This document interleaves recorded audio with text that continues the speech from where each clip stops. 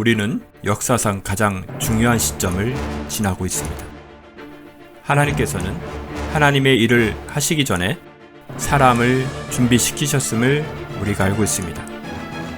하나님 말씀은 마지막 때에 대추수, 대부흥의 때가 있다고 분명히 예언하고 있습니다. 아멘. 하나님의 말씀이 그대로 성취될 것을 믿습니다. 예레미야 눈물은 잠자는 교회와 영혼을 깨우기 위해 노력하고 있습니다. 이 가슴 뛰는 일에 함께 하길 원하시는 분은 카카오 채널로 연락 주시기 바랍니다. 당신은 위대한 하나님의 사람입니다.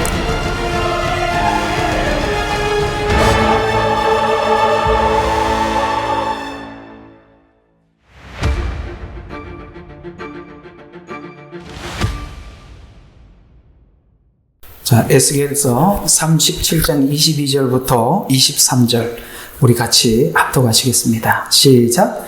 이스라엘의 산들 위에 있는 땅에서 그들의 한 민족으로 만들 것이니 한 왕이 그들 모두에게 왕이 될 것이요 그들은 다시는 두 민족이 되지 아니할 것이며 그들은 결코 다시는 두 왕국으로 나누어지지 아니하리라. 그들은 그들의 우상들로부터 그들의 혐오스러운 것이르나 그들의 범법한 중 어떤 것으로도 그들 자신이 더 이상 더럽히지 아니하리라.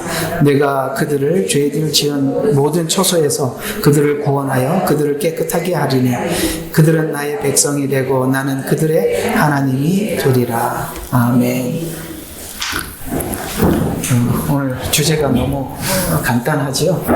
무너지고 세우고 라는 주제로 여러분들과 함께 이야기를 해보려고 합니다. 우리가 신앙생활하면서 다른 교회 다니는 성도들이나 같은 교회를 다니고 있더라도 얘기를 해보면 어쩌면 예수님을 믿는 믿음이 색깔이 그렇게 다른지 이런 걸 느끼게 되죠. 그렇죠?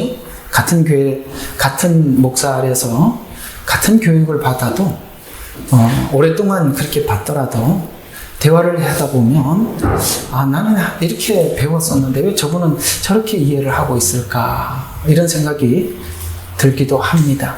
우리가 그런 걸 또 많이 경험하지요. 근데 성경은 마지막 주님이 오셨을 때 이런 말을 계속 하고 있다는 걸 아셔야 합니다. 한 주, 한 하나님. 한 주, 한 하나님. 우리는 한 주, 한 하나님을 믿고 있는데도 한 주도 아니고 한 하나님도 아닌 것 같아요. 얘기를 해보면 서로가 달라서. 그렇죠?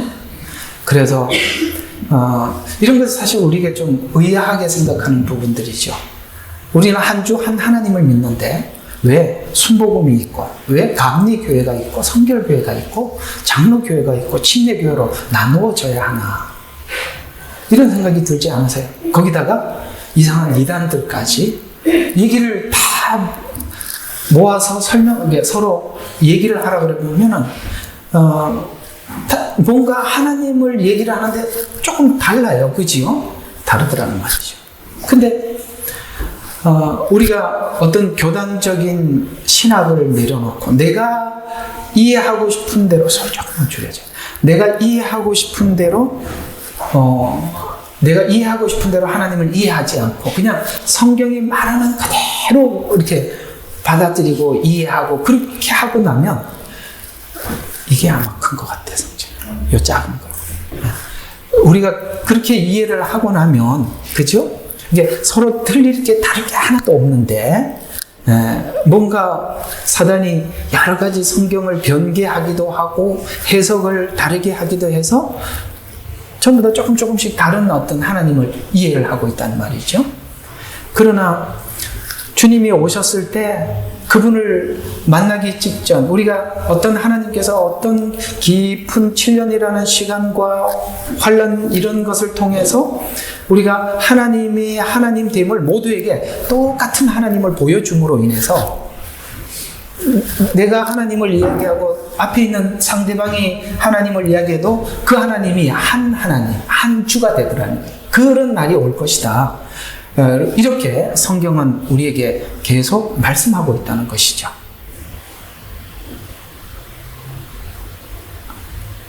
그렇죠? 그런 날이 올 겁니다. 오는데 보통 이렇습니다. 사람들이 편안한 가운데 두면 하나님이 막 변형이 돼요. 왜냐하면 자기가 편안하면 사람들이 죄를 추구하거든요. 공감하시죠? 네. 안일해지고 편안해지면 죄를 추구합니다. 넉넉해지고. 왜냐하면 내가 돈이 많이 생기고 돈은 내게 어떤 권한을 준단 말이에요. 권리를 준단 말이에요.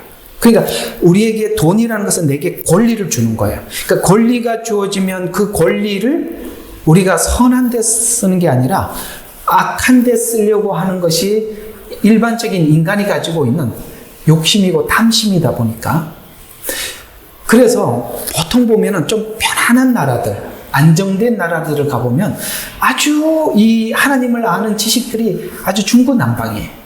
서로가 막 다르게 해요. 왜냐하면 자기가 짓는 죄에 대해서 합리화하려고 하는 작업을 하다 보니까 그 합리화가 전부 다 다른 하나님을 만들어내더라는 거예요.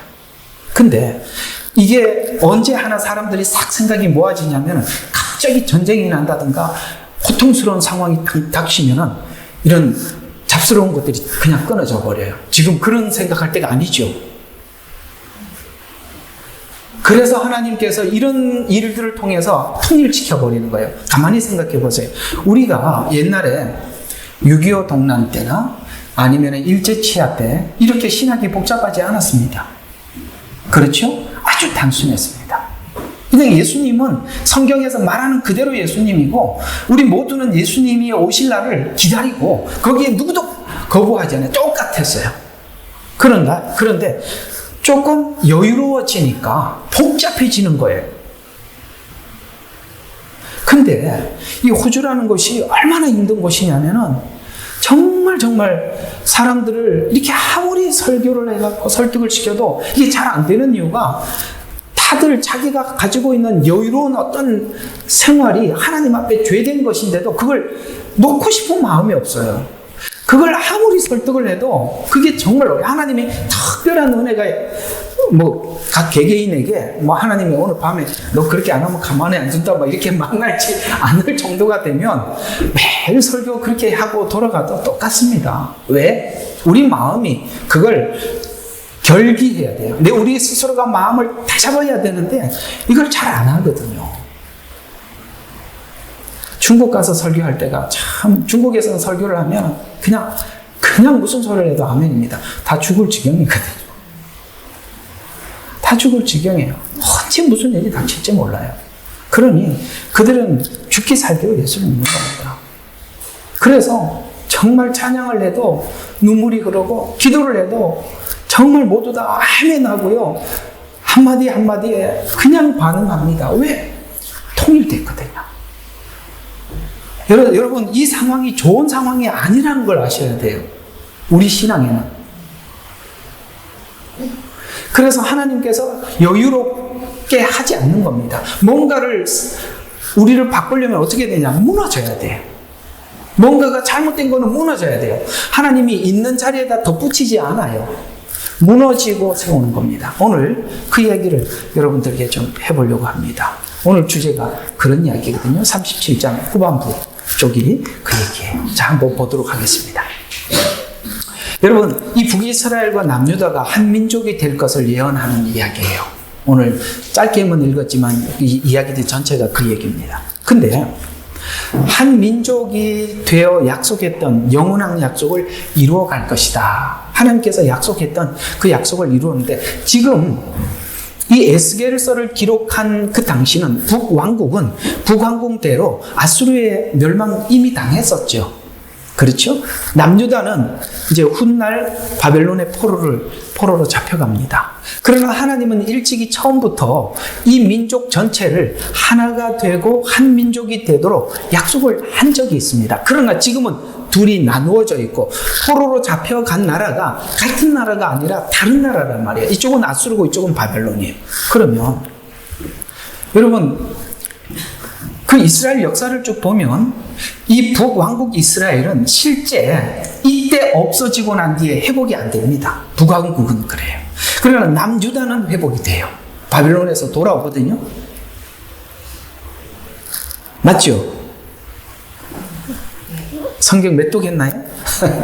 맞죠? 그렇게 된단 말이에요. 근데 지금은 이 북쪽의 10지파는 없어졌어요. 그런데 하나님은 한 민족이 되게 할 것이라고 이야기를 했는데 그게 언제냐? 마지막 종말에. 참 긴 시간이잖아요. AD 70년으로 봐도 지금 1800년이 넘었는데 그러면 이쪽이 없어진 이 시기까지, 그러니까 북이스라엘은 훨씬 더 오래된 시간이에요. 이 민족은 아예 없어졌는데도 훗날 아예 없어진 민족, 여러분 거의 2000년이 넘어갔는데 그게 어떻게 다시 회복되겠습니까? 그러나 하나님은 약속을 하셨다는 거예요. 그래서 이런 말이 여기 계속 등장을 해요. 종말의 회복을 약속하면서 예언의 이 단어가 계속 등장하는데 다시는 더 이상 영원토록 이 말이 계속 등장한다는 거예요. 그러니까 이 마지막 때에 북이스라엘이 흩어지고 남유다가 예루살렘을 중심으로 해서 모여들 겁니다. 지금 그 알리아 운동이 일어나고 있는 거예요.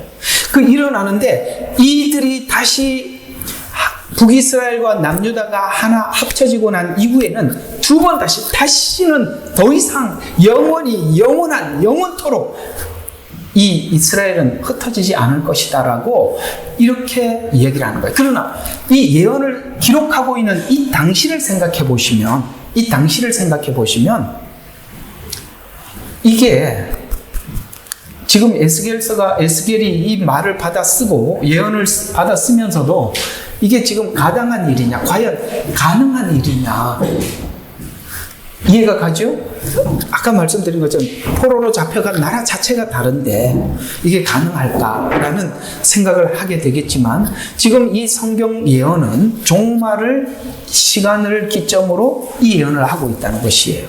그래서 종말에 있을 회복이 일시적인 것이 아니라 이 회복이 일어나는 걸 보면 영원토록 하나님께서 이스라엘에게 축복할 것이고 우리 그리스도인들도 영원토록 하나님의 시간 속에 들어가게 될 것이다 라고 말씀하셔서 성경은 하나님은 하나님의 모든 일정표, 하나님께서 일하시는 모든 것을 이스라엘에게 나타내 보이신다고 말씀하셨어요. 그러면 지금 이스라엘이 지금 돌아오는 것은 하나님의 마지막 때임에 대해서 분명히 오늘 이 말씀하기 전에 우리 마태복음 24장에 요 이야기 하나 좀 볼 필요가 있어요. 우리 마태복음 24장에 이 말씀 한번 보도록 하겠습니다. 20이 아니네요. 10절. 자, 9절, 10절 한번 보지요. 9절부터 한번 보겠습니다. 그때 사람들이 너희를 고난받도록 넘겨주고 죽이리라. 여기서 말하는 너희는 제자들에게 한 말이니까 누구죠? 유대인들입니다. 그렇죠? 여기에 이제 우리는 거기 접붙임을 받았으니까 교회도 함께 어려움을 당하겠죠? 넘겨주리라. 그리고 죽이리라. 여러분, 반유대주의가 온 세상에 팽배하죠? 여기 나오잖아요. 반유대주의. 그러면서 너희는 내 이름을 위하여 모든 민족에게 그렇죠. 온 세상이 유대인들을 싫어합니다.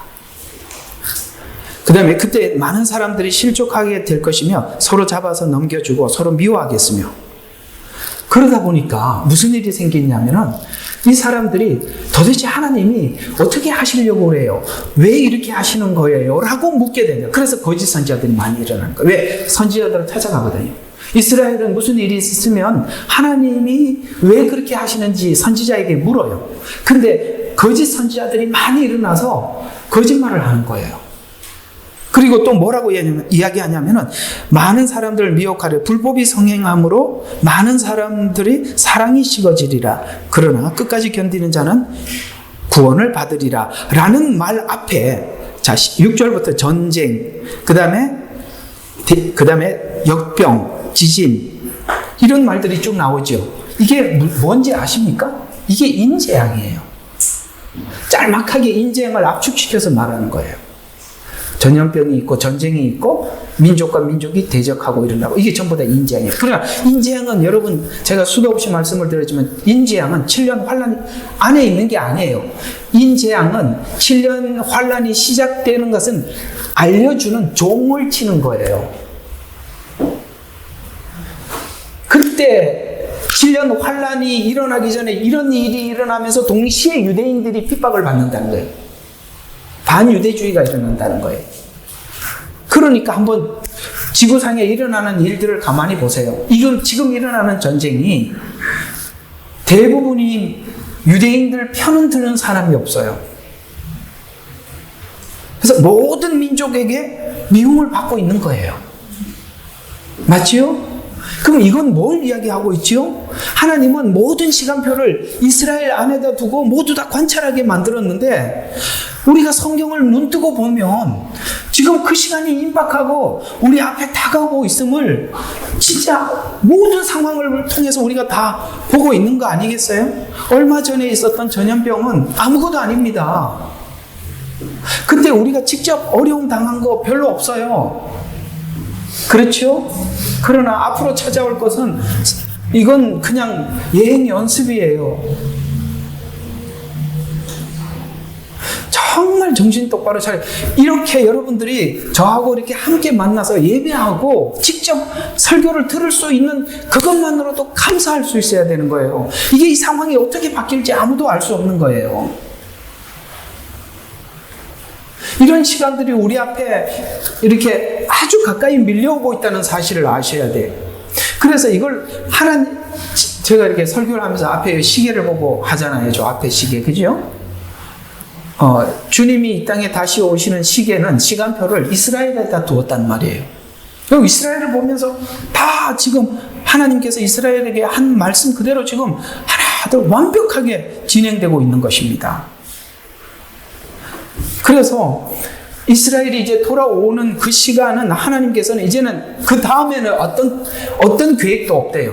들어오는 걸로 마지막 7년이 지나가고 천년 왕국 들어가고 쭉 지나가는 거예요. 그래서 더 이상 영원히 영원토록 이 단어를 쓰는 겁니다. 그래서 북이스라엘의 멸망 이후 국가를 회복하지 못하였습니다. 그렇죠? 북이스라엘 멸망 이후 회복하지 못했어요. 남유다는 바벨론 포로기 이후 예루살렘으로 돌아와서 그 국권을 회복했었습니다. 우상 숭배를 위해서 북이스라엘은 건국을 했죠. 아시죠? 우상 숭배를 위해서 건국을 했어요. 그래서 이 건국한 북이스라엘은 역사의 기억 속에 사라졌지만 하나가 남은 게 뭐냐면 하나님의 언약만 남아있는 거예요. 사라져가도 언약이 있으면 회복되는 것입니다. 우리가 믿는 것은 우리의 투철한 신앙을 믿는 게 아니라 하나님의 약속을 믿는 거예요. 그래서 하나님의 언약은 여전히 유효해서 마지막 종말에 언약하신 대로 하나된 회복을 약속했어요. 이 언약은 에스겔서만 이 예언을 한 것이 아니라 호세아, 예레미야 선지자도 하였고 이 언약이 이루어질 땐 세상의 종말의 때임을 예언하고 있어요. 호세아서는 북이스라엘이 우상 숭배하고 있는 자들을 어떻게 이 북이스라엘을 어떻게 회복시킬 것인지를 호세아서가 잘 설명해 주고 있어요. 여러분 이 선지서를 보면 남유다를 향해서 예언한 선지자들이 있는가 하면 북이스라엘을 향해서 예언한 선지자가 있어요. 그게 호세아서, 아모스서 이런 것들은 북이스라엘을 향해서 예언한 선지서거든요.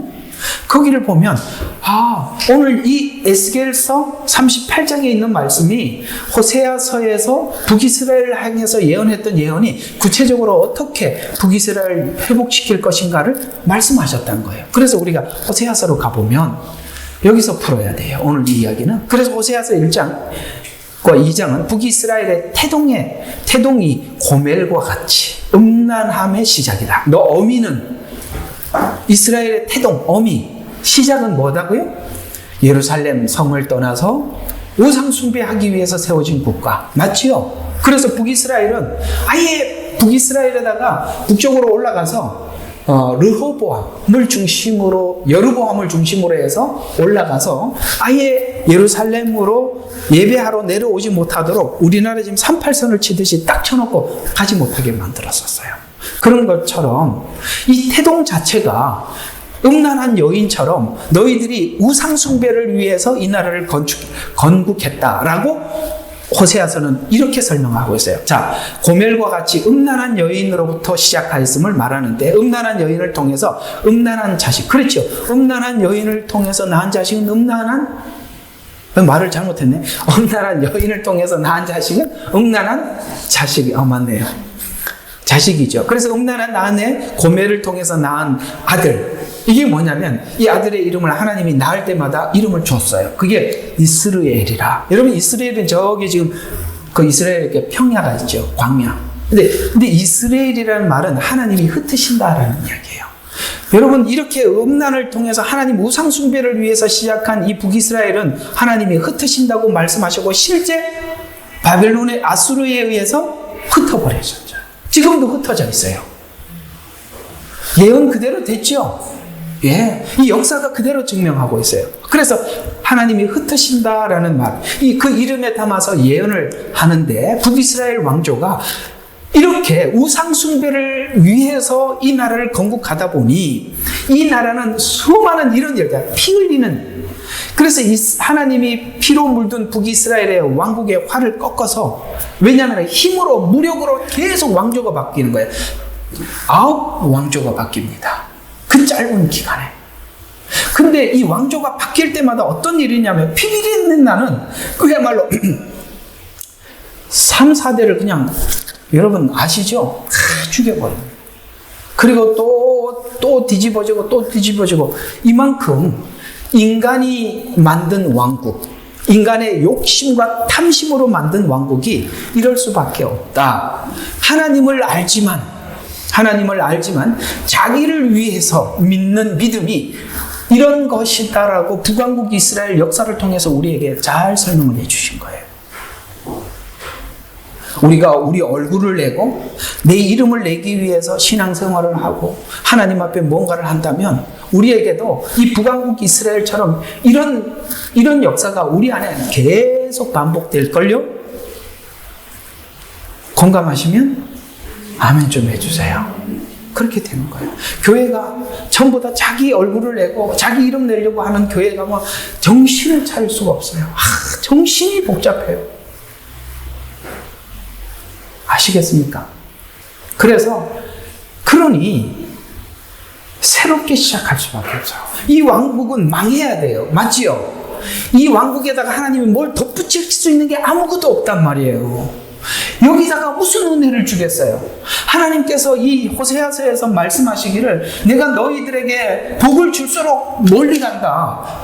여러분 있잖아요. 잘못된 신앙을 가지고 있는 사람들에게 하나님이 인정을 해줘 버리면 그 사람이 더 잘못된다 이 말이에요. 맞지요? 애가 지금 잘못하고 있는데 잘한다 이러면 어떡합니까? 그럴 수 없다 이 말이에요. 그러면 이 상태에서 뭘 바꿀 수 있는 게 아니니까 하나님께서 완전히 흩어버리고 새롭게 시작하겠다는 거예요. 그래서 우상숭배 신앙은 칼과 활과 그 다음에 피를 흘리는 신앙이다. 왜 그러냐면 끊임없이 비교의식, 시기심, 실력행사 이런 일들이 북이스라엘에 계속 나타난단 말이에요. 여러분 교회가 이 모양이면 이것처럼 비참한 게 없어요. 아시겠어요? 누구하고 비교하고 그 다음에 뭡니까? 시기, 누가 좀 뭘 하면 시기하고 그 다음에 이해가 가시죠? 실력 행사를 하려고 그러고 이런 것들 말이죠. 이게 다 자기를 위한 신앙생활을 하니까 그런 거예요. 저는 정말 하나님께서 우리 예능방이나 사랑하는 우리 주생명 선교교회나 누구도 이런 사람이 단 한 명도 없기를 바라요. 이것처럼 꼴보기 싫은 교회가 없는 거예요. 그래서 잘못된 신앙의식은 멸망하지 않고는 결코 새롭게 할 수가 없어요. 북이스라엘은 멸망을 해야 합니다. 그리고 멸망시켜서 새롭게 해서 관계를 회복시키겠다라고 하나님께서는 호세아를 통해서 언약을 하시는데요. 북이스라엘은 멸망 후에 역사 속에 사라졌지만 종말에 예루살렘에 다시 모이게 함으로써 지난날 우상 숭배했던 기억을 사라지게 만드는 거예요. 그런데 그 시간이 굉장히 오래 걸리는 거예요. 이상하게 우리 속에 뿌리 깊게 내린 죄는 짧게 끝나지 않더라는 거예요. 끝나고 나면 다시 되살아나서 또 오는데 알죠? 그게 다시 왔구나. 그런데 이 사단이 거기다 기름까지 붓고 불을 지피고 그러니까 이걸 아셔야 돼요. 그런 시험이 들 때는 잘 들어요. 시험을 극복하는 방식은 여러분을 알아주는 사람 만나지 마. 그러니까 도대지는 거예요. 거기다가 기름을 붓고 불을 붙이는 거예요. 그래, 그게 네 생각이 맞는 것 같아. 그러면 여러분들 딱 들어보면 판단이 서잖아요. 아니라는 거. 그러면 아니라고 말을 해야 되는데 왜 아니라고 말하지 못하느냐?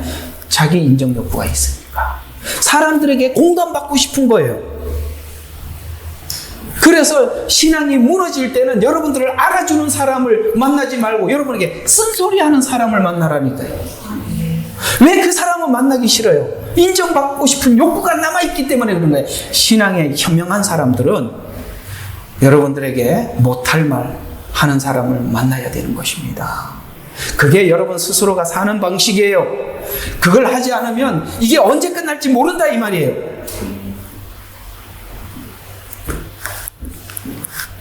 맨날 이렇게 야단치는 설교만 해서 정말 미안합니다. 예. 그래서 우상숭배하듯 믿는 성도들의 신앙도 동일하게 믿는 대상인 하나님에 대한 이해는 없어요. 하나님에 대해서 알고 싶은 게 없어요. 자기 중심이에요. 그래서 내가 원하는 기대만 있다면 그것은 북이스라엘이 하나님을 섬기듯 섬기는 행위와 같은 것입니다. 북이스라엘의 우상숭배가 멸망으로 새롭게 되듯이 오늘날 북이스라엘과 같은 신앙관을 가진 성도가 무너지고 멸망해서 새롭게 하실 날이 있을 줄 압니다. 그래서 우리는 그걸 기대하는 거예요. 하나님이 하실. 그래서 우상숭배는 북이스라엘에게 자비를 베풀 수가 없어요. 하나님이. 거기다 하나님이 쉽게 말해서 인정을 해줄 수가 없다 이 말이에요. 자비를 베풀 수가 없어요. 왜냐하면 이 로라는 단어예요. 로. 자, 이 무슨 말이냐면 호세아서 1장 이제 그 앞에는 이스라엘이라는 아들을 낳았는데 이제 딸을 둘을 낳아요. 근데 하나님이 이름을 딱 지어줘요. 뭐라 그러냐면 로루하마라 해라. 이제 나중에 로암미라 해라. 이런 이 로라는 이 단어. 이게 무슨 뜻이냐면 이 로루하마라는 말은 내가 다시는 이스라엘 집에 자비를 베풀지 않고 그를 완전히 제하여 버릴 것이다. 이해가 갑니까? 베풀 수 없다는 거예요. 이 루하마라는 자비인데 자비를 로가 붙어가지고 베풀 수 없는 자비. 아시겠어요? 베풀어 줄 수가 없죠. 잘못하고 있는데 하나님이 인정을 해줄 수가 없잖아요. 그러니까 로가 붙어 있는 거예요. 그래서 우리가 보면은 그 죄를 짓고 하나님 앞에 막 나가서 기도를 하면은 하나님이 들은 척도 안 하고 이렇게 기도를 하다 보면 알아요. 그죠? 하나님이 기뻐하지 않는다는 거. 그래서 하나님 나는 뭘 기도를 해도 들어주시도 않으시고 그냥 뭐 삐치는데 여러분 로라서 그런 겁니다. 로. 자비를 베풀 수가 없어서 공감해 줄 수가 없는 거잖아요. 지금 이런데 어떻게 공감을 해줄 수 있겠어요? 그래서 응답은 세 가지로 온답니다. 로로 응답, 그다 아니다도 응답이에요. 침묵도 응답이고요. 예스도 응답이에요. 근데요, 북이스라엘이 뭘 기도해도 하나님은 로라고 대답을 해야 되잖아요. 맞지요? 응답 안 해주신 거 감사하지요. 우리 복음성가에 보면은 응답하신 기도 감사. 그 다음에 그거 하고 응답하지 않는 기도. 장미꽃 가시 감사. 그렇죠. 장미꽃이 아름다운데 그거 딱 쥐었더니 가시가 찔리는 거예요. 그것도 감사하죠. 이게 하나님이 우리를 보호하시는 방식이잖아요. 로로 응답하신 하나님께 감사하셔야 돼요. 그때 아마 응답하셨더라면 내가 잘하는구나 라고 기고만장해 있을 거. 그건 사단이 갖다 주는 응답이에요. 하나님이 주신 응답은 하나님과 가까워지고 하나님이 응답해 주지 않은 것은 하나님과 멀어져 가요. 아시겠죠? 교만해져 간다는 말이에요. 그는 하나님이 응답해 주질 않아요. 그러나 내가 유다 집에는 자비를 베풀고 주 그들의 하나님으로 그들을 구원할 것이요. 그러니까 북이스라엘은 그렇게 하나님께서 흩어버린다는 거예요. 그러나 남유다에게는 자비를 베풀어 주시겠다. 왜냐하면 활이나 칼이나 전쟁이나 말이나 기병으로 그를 구원하지 아니라 힘으로는 구원하지 않을 것이다. 근데 남유다는 왜 그렇습니까? 남유다도 사실 지은 죄가 북이스라엘과 큰 다르지 않는데 이유는 뭐냐면 다윗과 약속했기 때문에 그렇습니다. 이 모든 것이 우리가 뭘 해서 이렇게 하나님이 진행하는 건 아무것도 없어요. 다 하나님 약속 때문에 그렇습니다. 그래서 자비를 베푸기 전 북이스라엘을 멸망하지 않고 다시 언약으로 돌아오는 긴 시간을 북이스라엘이 빙 돌아와서, 그래 이렇게 빙 돌아오면서 뭘 이루나, 자기들이 태동한 이 북이스라엘의 시작점, 그 어미, 우상 숭배를 위해서 하나님을 떠나가 아예 새카맣게 잊어버릴 때까지 그냥 떠돌아다니는 거예요. 지금 자기들이 옛날에 북이스라엘이 이렇게 태동했다는 거 이해하겠습니까? 2000년이 넘었는데 기억 속에 싹 씌워졌을 것입니다. 그래서 긴 시간을 허락하시는 것입니다. 그러나 남유다는 하나님을 의지했다라고 말씀하고 있어요. 그래서 북이스라엘은 남유다에게 베푼 자비로 인해서, 남유다에게 베푼 자비로 인해서 두 막대기가 합하여질 것이다. 오늘 그게 예언이에요. 그래서 북이스라엘은 남유다를 통해 자비가 입혀질 것이다. 신비롭죠.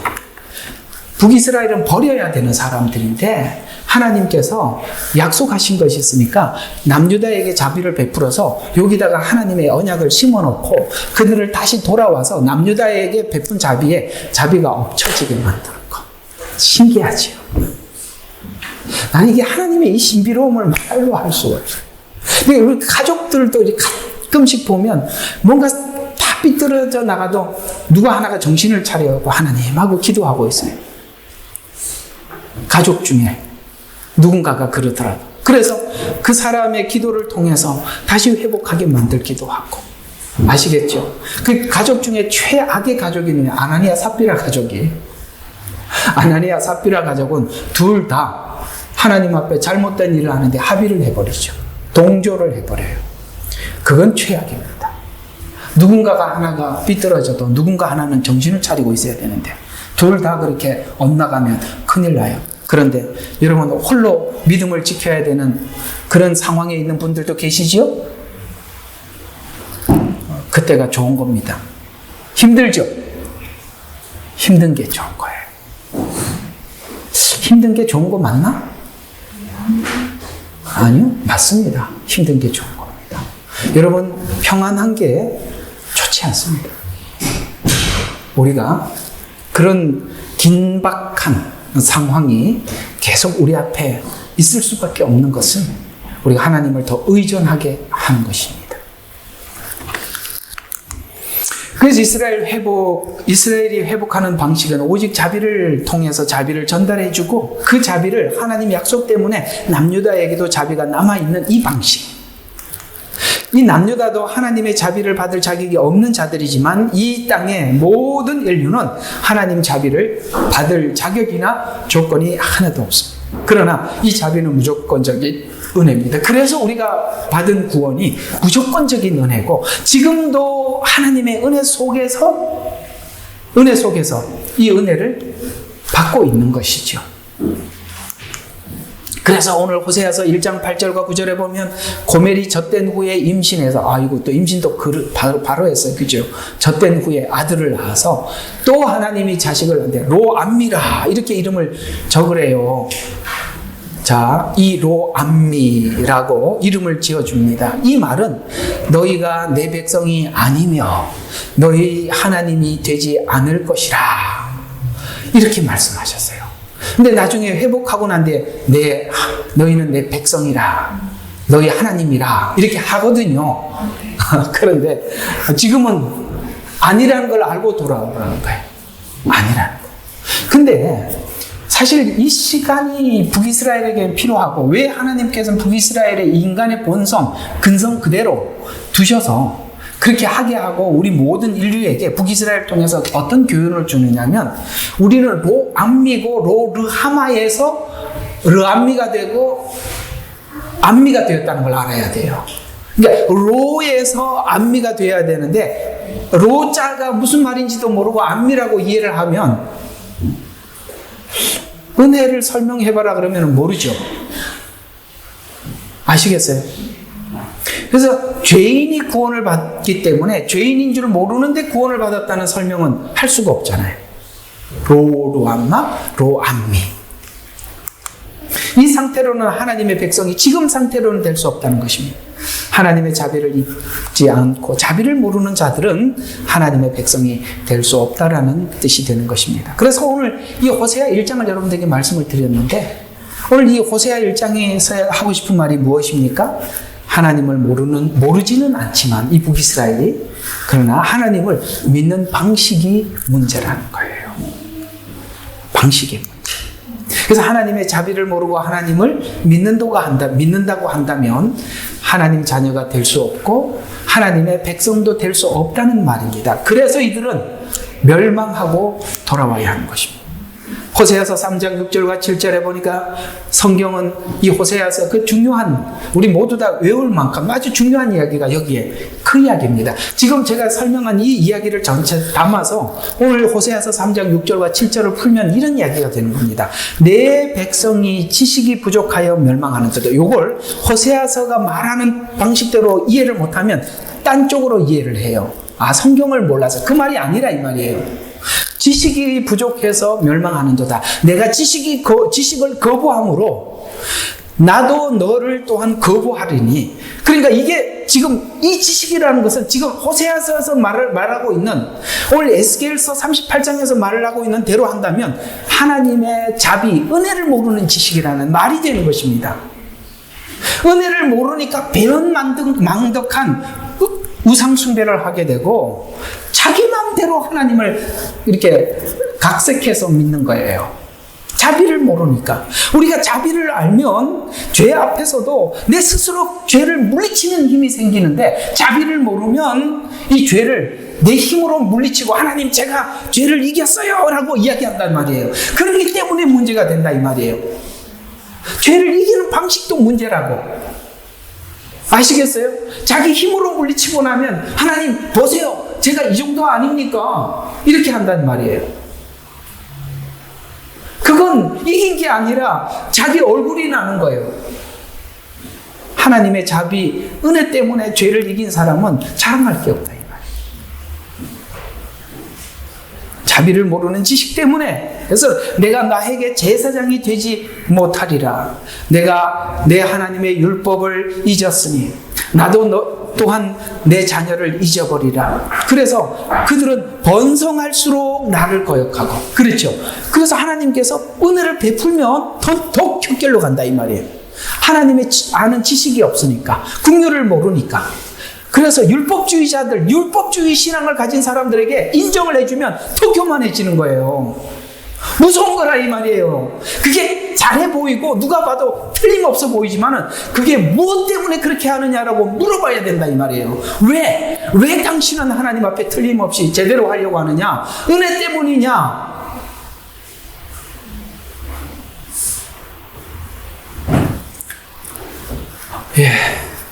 그래서 자녀를 잊어버려 그들은 번성할수록 나를 거역하며 범법하였으니 내가 그들의 영광을 수치로 바꾸리라.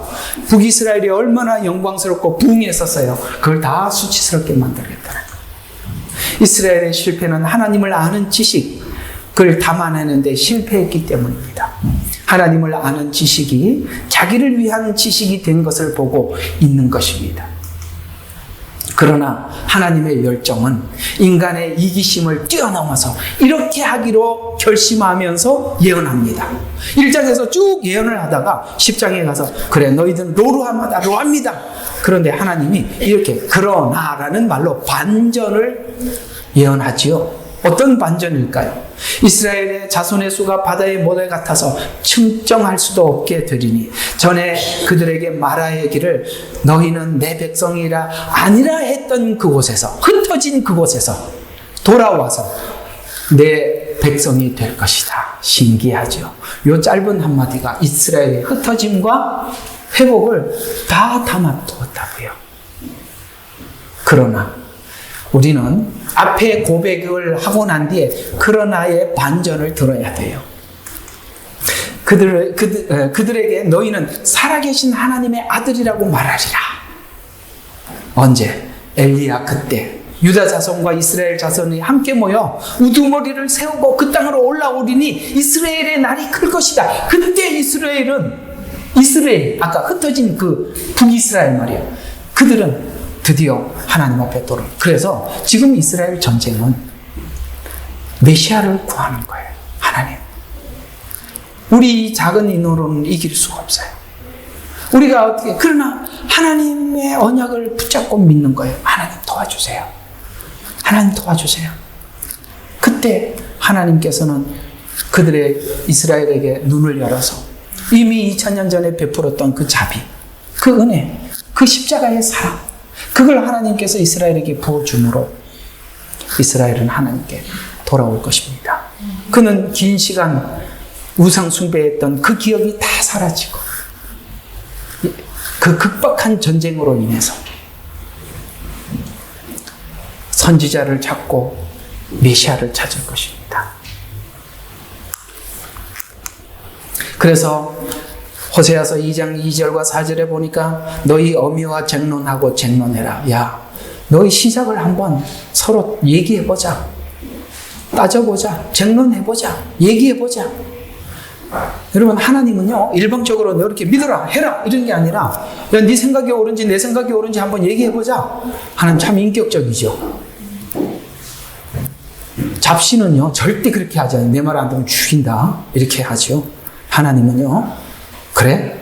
네 생각이 옳다고 한번 나하고 얘기해보자. 쟁론해보자. 하나님 참 기가 막히시는 분이세요. 그래서 이는 그녀가 내 아내가 아니고 나도 그녀의 남편이 아님이라 그녀의 음행을 지우게 하고 그녀의 가슴으로부터 간음을 지우게 하라. 이 말은 이제 다른 많은 남자들을 품었다 이런 뜻이 되는 것입니다. 그녀를 벌거벗겨 태어나던 날과 같이 광야에 되게 해서 목말라 죽게 하지 않기 위해서 지금 이 상태에서 내가 자비를 베풀 수 없다 라고 단호하게 선언한 것입니다. 지금 이스라엘에게 자비를 베풀면 그들은 더 멀리 갈 것이기 때문에 지금 쟁론해봐라. 지금 이 상태에서 내가 너에게 자비를 베풀 수 있다고 생각하느냐? 라고 쟁론을 해보자는 거예요. 내가 낳은 자녀가 과연 암미인가 루아마인가? 로루아마다. 로암미다. 이렇게 말씀하고 있는 거예요. 백성이라고 불렀는데 지금은 그걸 그렇게 할 수가 없고 내가 너희들에게 자비를 베풀었지만 아브라함을 선택을 한 것처럼 자비를 베풀었지만 지금은 그 자비를 베풀 수가 없다라고 이야기를 하는 것입니다. 하나님의 자비, 그 십자가의 은혜를 모르면 내 축복을 받을 수 없고 끊어야 하는 것입니다. 나는 내 자비를 입은 백성들을 바다의 모래같이 하늘의 별과 같이 많게 할 것이다 라고 약속하는 이 약속이 얼마나 큰 약속이겠어요. 지금 북이스라엘 입장에서 봤을 때 여기 지금 망하고 다시 회복할 수 없는 이 지경에 왔는데 하나님은 엄청난 약속을 하죠. 이게 누구에게 했던 약속이죠? 왜 그 단어 그대로 쓰고 있죠? 아브라함에게 했던 약속 아닙니까? 그걸 하나님은 약속을 계속 지키시는 거예요. 우리가 하나님을 믿는 이유는 하나님은 약속한 대로 그대로 지키시는데 어디까지 지키냐면 자기 아들을 십자가에 죽이기까지 약속을 지키시는 분이시죠. 여러분, 자기가 죽으면서도 그 약속을 지킨다고 하는 그 사람에게는 더 이상 할 말이 없는 거죠. 언제 그 이스라엘은 회복이 일어날까? 에스겔서 37장 15절과 28절인가 종말의 두 막대기가 합해진 것처럼 알리야를 통해서 이스라엘에게 자비가 보여질 것입니다. 그럼 이스라엘의 이 자비는 누구를 통해서 전달받을 것인가? 이제 우리 로마서로 지나가는 겁니다. 그러면 북이스라엘은 왜 모일 수 있었다고요? 유다와의 약속 때문에 알리야할 수 있었고 지금 이스라엘에게 자비가 풀어지지 않고 있어요. 근데 이 자비는 누가 전해준다고요? 그게 이방인들이 전해주고 이렇게 되는 겁니다. 이제 그림이 그려지시지요? 이스라엘은 왜 모여지는가? 하나님 약속 때문에. 그래서 이 이야기를 여러분 우리 잘 알고 있는 이야기잖아요. 로마서 11장 25절과 26절 형제들아 너희가 스스로 지혜 있는 체하지 않기 위해서 이걸 우리가 가져가지 말라는 거예요. 이 은혜를 내가 그랬어요. 우리가 그랬어요. 여기 말하는 이건 누구냐면 로마서는 이방교회에 보내는 서신이에요. 그러니까 너희가 이스라엘에게 자비를 전해 주었다고 하더라도 네가 했다고 말하지 마라. 그래서 형제들아 너희가 스스로 지혜 있는 채 하지 않기 위해서 이 신비를 너희가 모르기를 원치 않아. 이건 모르면 우리가 했네 이렇게 할 거니까. 그래서 이는 이방인들이 충만하기까지 이스라엘의 일부가 완고하게 된 것이라. 우리가 충만해지게 하기 위해서 하나님이 이스라엘에게 막았다는 거야. 이게 흘러 넘어가도록 하기 위해서. 그러니까 너희들이 가만히 있는데 은혜를 받은 거 아니냐. 마치 우리는 어떤 사람 같으냐. 길을 지나가다가 밭에 묻힌 보화를 발견해서 우리 것이 된 사람이에요. 지금 이스라엘은 진주 비유와 같이 메시아를 찾다가 찾은 거예요. 서로가 같은 진주고 보화지만 얻은 방법이 서로 방식이 다르다 이 말이에요. 우리는 우연히 발견했어요. 그래 이스라엘은 찾아다니다가 발견할 거예요. 근데 그걸 누가 알려주느냐 하면 이방인들이 알려준다 이 말이잖아요. 그죠? 그래야 온 이스라엘이 구원을 받으리라. 기록된 바 구원자가 시온에서 와서 야곱의 경건치 아니한 것을 제거하리라. 이방인들의 자비로 충만해진 후 자비를 이스라엘에게 전달하여서 30절 33절 그러니까 너희가 지나간 때에는 하나님을 믿지 아니하였더니 옛날에 그렇죠? 그러나 이제는 그들이 믿지 아니함으로 자비를 얻었느니라. 이와 같이 이제 이들도 믿지 아니하는 것은 지금 유대인이 안 믿죠. 너희의 자비를 통해서 그들도 자비를 얻게 하려 함이라. 이게 미래형이란 말이에요. 하려 함이라. 하나님께서 그들 모두들을 믿지 않는 자비 가운데 가두어 두심은 모든 사람이 오직 뭘로만 은혜로만 구원받게 하려고 자비를 통해서 베풀려 하고 오 깊도다 하나님의 지식과 지혜에 부요하며. 여기서 우리는 더 이상 말을 이을 수가 없는 거예요. 그냥 오 하고 끝나는 겁니다. 거기에 우리가 뭘 더 붙이겠어요? 그렇죠? 그래서 이 자비를 얻은 후 하나님을 아는 데서 믿는 데서 모두가 하나가 될 것입니다. 본문은 회복을 이야기하면서 회복과 더불어 몇 가지 일어날 일들을 예언하는데 자, 이 회복이 일어나는 것은 회복이 일어날 때 이렇게 된다는 거예요. 한민족으로 만들어질 것이다. 지금 만들어지고 있죠. 지금 이스라엘이 돌아와서 너 유다 지파네. 그러면 야, 너 고맙다. 이렇게 하고 너 무슨 지파? 저 에브라임 지파인데요. 너는 원래 처음부터 우상 숭배했던 이렇게 안 하잖아요. 그죠? 그 안 한단 말이에요. 한 민족으로 만들어질 것. 그 다음에 우상으로 더 이상 더럽혀지지 않을 것. 우상 숭배가 완전히 이스라엘 구약 내내 하나님과의 갈등이 뭐였습니까? 우상 숭배였습니다. 더 이상 우상을 더럽히지 않을까. 한 목자 아까 말씀드린 거 있잖아요. 이제 모든 것이 다 지워졌어요. 그래서 한 목자를 딱 찾는 겁니다.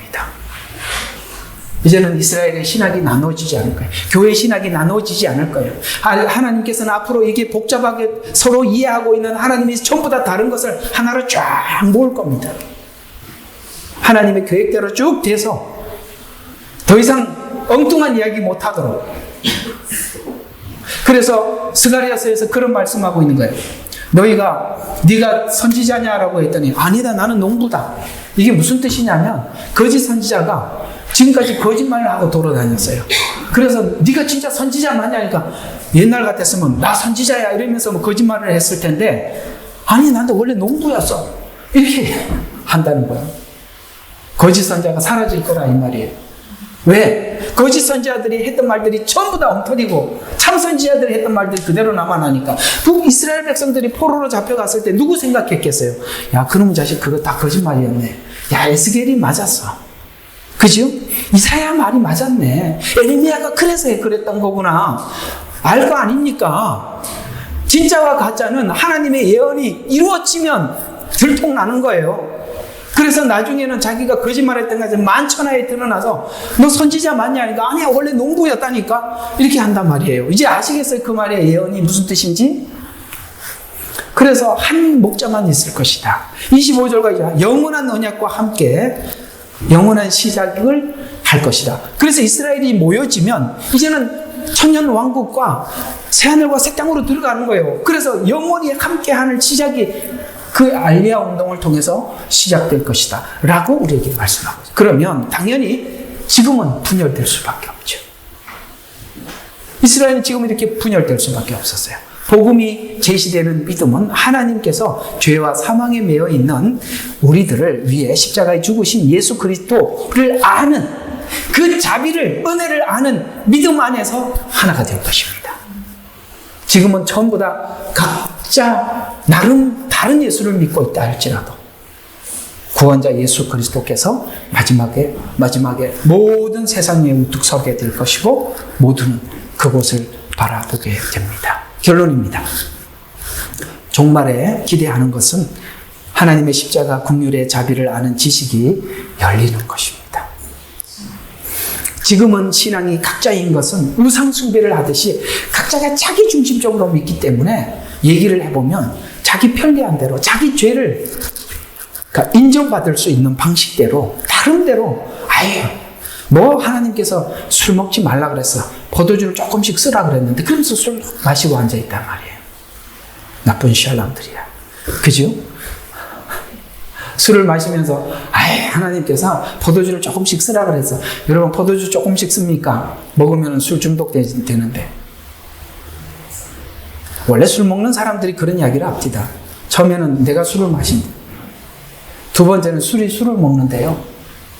세 번째는 술이 나를 마신답니다. 포도주 조금 쓰다가 나중에 왕창 쓰는 날이 오는 거예요. 다 왜 성경 해석을 그런 식으로 하고 있느냐? 자기 죄를 정당화하기 위해서. 그래서 다 다른 거예요. 그러나 성경이 원래는 그렇지 않다는 거 아시죠? 네. 그런 말들이 쏙 들어갈 것이다.